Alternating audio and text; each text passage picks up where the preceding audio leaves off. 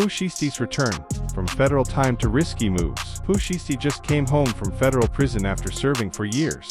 And instead of moving smart, laying low, or showing that he learned anything from being locked up, homie hit the streets like nothing ever happened, right back to his old ways. What I'm about to break down will shock you. Pooh Shiesty spent 4 years in a federal cage, got out earlier than expected, and immediately started moving recklessly in ways that could easily send him straight back.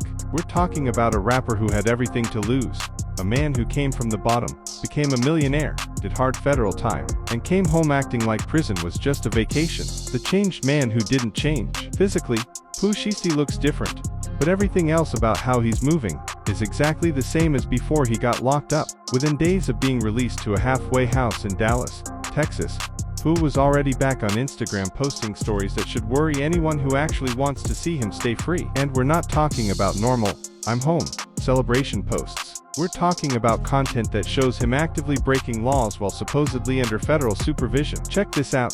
Pooh Shiesty posted videos of himself drinking while driving. Not drinking and then driving later, but literally holding alcohol in one hand and steering with the other while the car was in motion. That's illegal for anyone, but it's especially wild when you've just come home from federal prison and are still technically under federal custody through a halfway house program. What a federal halfway house really means. For those who don't know how halfway houses work, here's the breakdown. When you're released from federal prison to a halfway house, officially called a residential reentry center, you're still considered to be in federal custody. You're being monitored, you have curfews, and you're required to report regularly. You're also subject to random drug and alcohol testing. So when Pooh Shiesty is out here drinking and driving, he's not just violating traffic laws, he's violating the terms of his federal release. But it doesn't stop there. Pooh also posted videos showing himself speeding through traffic, swerving between lanes, and driving recklessly. The speedometer in some clips showed him going well over the speed limit. Again,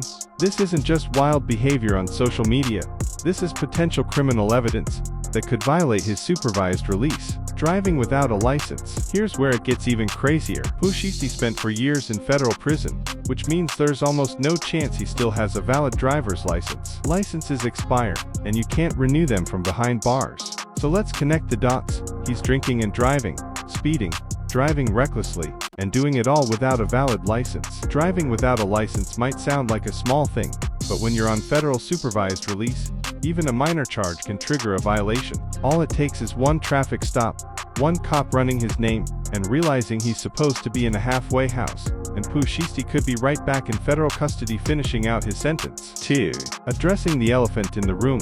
The Pooh Shiesty situation. Let's talk about the elephant in the room. Rumors have been circulating about how Pooh Shiesty got out of federal prison early, and when someone cuts more than a year off a federal sentence, people start asking questions. Those questions got even louder when Wack 100, the outspoken music executive and media personality, decided to speak on it publicly. Now, these are serious allegations in hip-hop culture. Being labeled a snitch is one of the worst things that can happen to a rapper's reputation, especially someone like Pooh Shiesty, whose entire image is built on street credibility. If the streets believe you cooperated with the feds, your career is basically over in terms of respect and authenticity. But here's the thing.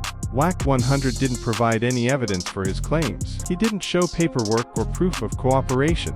His accusations were based purely on his interpretation of how federal time reductions work, and his belief that the amount of time Shiesty shaved off his sentence seemed suspicious. The lawyer's response. Things got even more interesting when Pooh Shiesty's lawyer responded. The statement he released was carefully worded and worth examining. According to the lawyer, Pooh Shiesty's early release was completely legitimate and came through the First Step Act, the federal law passed in 2018 that allows certain inmates to earn time credits for good behavior and participation in rehabilitation programs. The attorney said Shiesty earned enough credits through programming and positive conduct to qualify for early release under this statute.